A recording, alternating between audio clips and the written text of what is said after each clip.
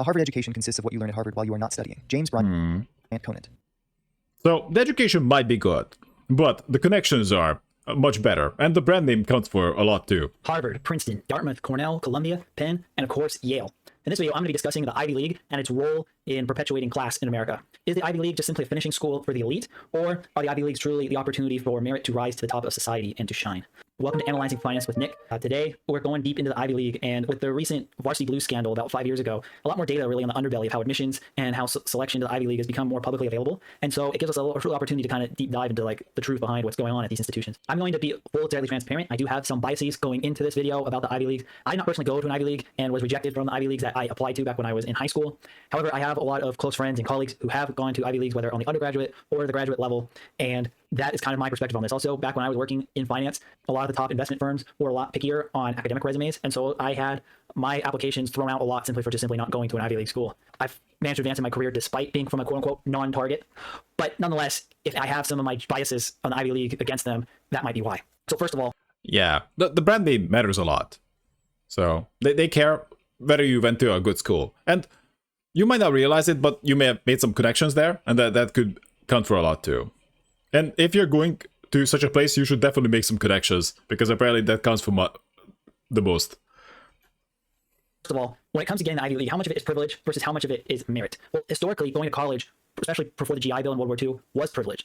And so therefore, Ivy Leagues didn't have to be that selective. If you had the money to go to the Ivy League, they would let you in. Even the Harvards and the Yales had admission rates above 50% for most of the first half of the 20th century. However, as college got more democratized and became more valuable of a status symbol, the value of an Ivy League degree went up, and the demand for an Ivy League degree went up without really classroom sizes expanding. And so as a result, it became increasingly more selective. And in the Cold War, an era of equality and equal opportunity was highly prioritized. The Ivy Leagues got a lot of pushback for favoring old money. And as a result, the Ivy Leagues instituted a lot of policies such as affirmative action and just in general prioritizing people from first generation college backgrounds or non-traditional backgrounds, or just selecting more based on academic merit than on social privilege and connections.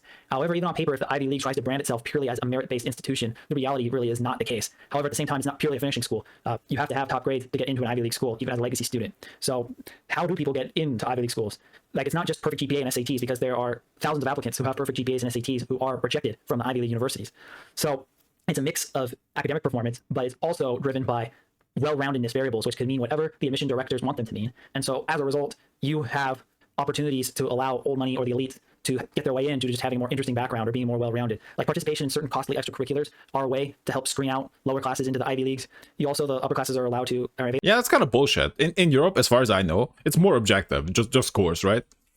Not like, oh yeah, whatever they like. It's like, oh man, every single day I go... What would the rich boys do? Who the fuck knows? I travel the world on my yacht or something. Like, oh yes, such good thing. Are able to hire tutors to help increase their descendants' grades. And there's a legacy factor, where legacy admissions, basically, if your parents or grandparents went to an Ivy League school, then you have preferential treatment on your application of getting an Ivy League school. Doesn't mean you will get in, but it increases your odds. And it's about 15% of the student body at Ivy League schools are legacy students. If you look at the overall wealth distribution of Ivy League students, that's still a lot. Essentially, you got in because your daddy went there too. It's over 60% are in the top one. Families who have top 1% of income, so it's about 650,000 USD or more per year. And then on top of that, you also have other more informal ways you can buy your way into the school. As revealed in Operation Varsity Blues, the minimum bid, essentially, if you want to have a donation that they won't even guarantee it, but will give your kid extra consideration of getting into the school, it's about 10 million USD. So if you donate 10 million USD to the school to finance some new wing or to increase the endowment or provide a new scholarship fund or whatever, your kid is going to have a better chance of getting into Ivy League school. I remember back when I was in school, I heard rumors like on the scuttlebutt that it was like 1 to 2 million, but like as of 2019, when the last kind of data, quote unquote, came out about this, it increased to about 10, which is the general increased competition of getting into these selective universities. But this is also the public knowledge. I'm pretty sure you can also just slide an envelope across the table, and maybe that's gonna give you extra consideration as well. Pipeline Ivy League schools or the elite boarding schools, which I will do a separate video about St. Midas schools, because their whole history and their backstory is very interesting. And if you're not familiar, these are some of the elite boarding schools such as St. Paul's and Deerfield that have a disproportionate pipeline to the Ivy Leagues. They're more likely to have major world leaders, politicians, business leaders, and other elites attend these schools. You're on the West Coast, schools like Robert Louis Stevenson, Kate, and Thatcher. And if you went to one of those schools, 33% chance of getting into the Ivy League. Whereas if you went to public school in the United States of America, you have less than 1% chance of getting into the Ivy League. The other thing that is brutal. 33% versus less than what?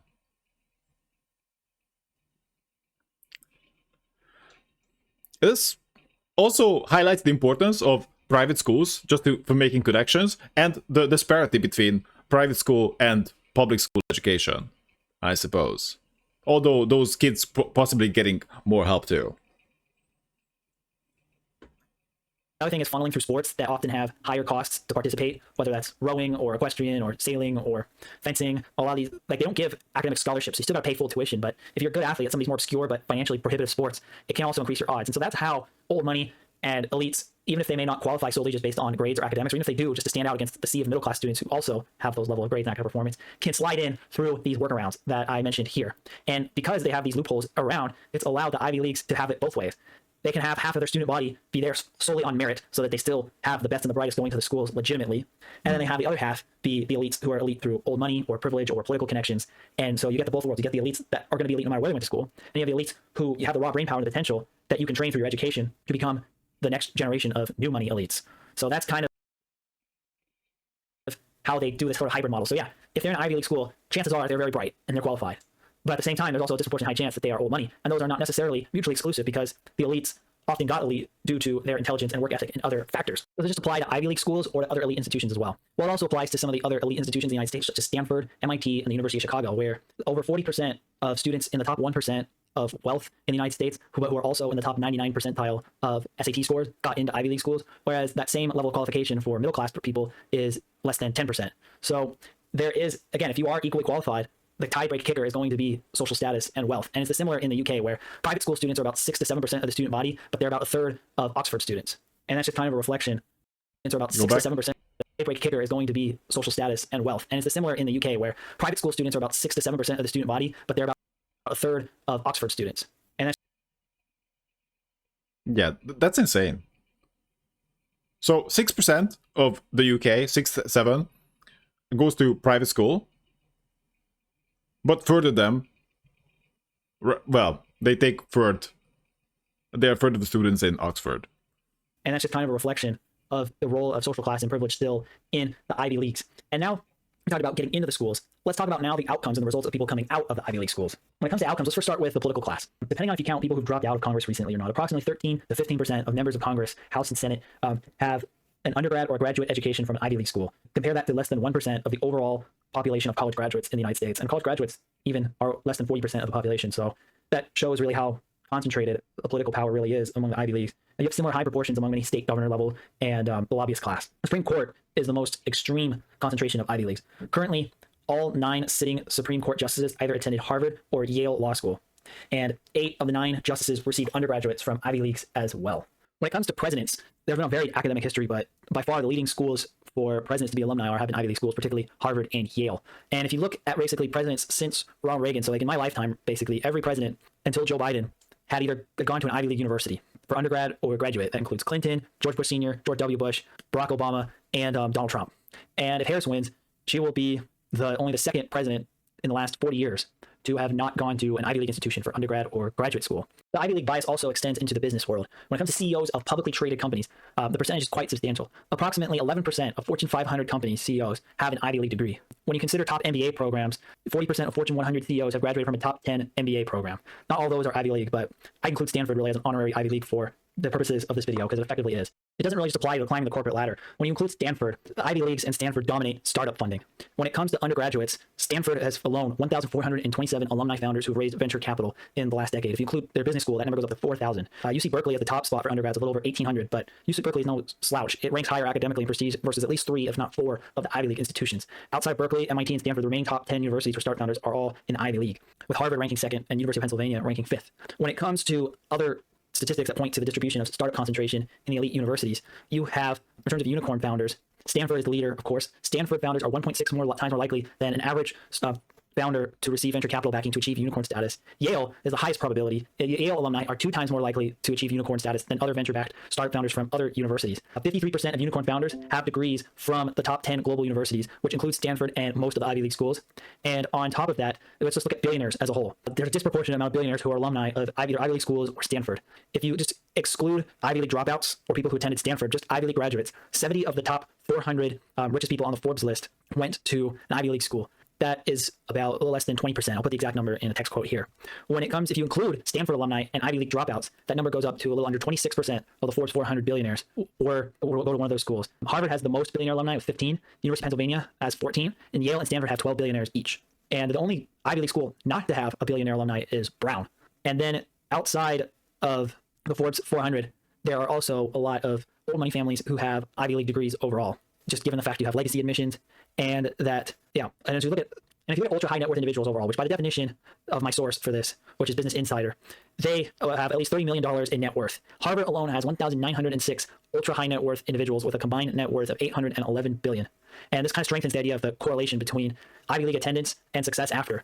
And it's not really just the pure business world and politics. Like the top NGO slots, leading think tank people, if you look at academics, like 80% of college professors at the US News Top 50 have at least one degree from an Ivy League or Stanford in their undergraduate. So even most professors of the less prestigious schools, but still the top of the top in America, all have Ivy League degrees. So it's kind of a closed shop. A lot of it is connections, but a lot of it also is that these are some of the smartest people in America. And I think it's a combination of both merit and elitism, which has been able to perpetuate Ivy League alumni as effectively one of the crucial parts of the ruling class. And that's why in my America Old Money chart, I did have a specific class called the Ivy League Professional Class, which was the one right below the establishment elite.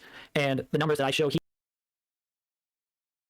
here and the process on how these people are getting into these schools kind of just explains why they are a class of their own. If you have any questions or comments, feel free to reach out. If you went to an Ivy League school and agree or disagree with me, and please comment. If you think, hopefully I made a fair representation here to really kind of analyze the assessment of this. And thank you for watching. So overall, it's not that bad, but it's definitely not as meritocratic as the regular Joe is led to believe. I thought this was pretty spot on. I think most of the Ivy League success comes from people who come from families that are already wealthy, not individual merit. As someone from a middle-class background who taught athletics, got a scholarship, who through athletics got a scholarship to Deerfield Academy, and then went on to be recruited athlete at an Ivy, internships and job opportunities have more to do with family connections than your grades. And it also makes sense for the established elite to be close to the rising elite, right? You want to, in a way, capture those people. They were billionaires because they come from wealthy families that can afford the cost and prep to get into Ivy League, and not because Ivy League produce billionaires. You also have to keep in mind that this system kind of screws most people. They don't get the golden ticket, and they don't really get the resources to get there. If we merely ran with the statistic of public schools, then only less than 1% of the 1% would manage to get into the Ivy League schools. If you come from a disadvantaged background, then chances are you have to think differently from the way your parents think. You don't want to inherit their habits. Read Pierre Bourdieu, or else you'll not be able to achieve upward social mobility because their habits solely contributed to their poverty. Yet I would argue that this can be all valid, but still kind of faulty, because just because you know what to do, that doesn't mean that you have the resources to do it. Anyway, good video.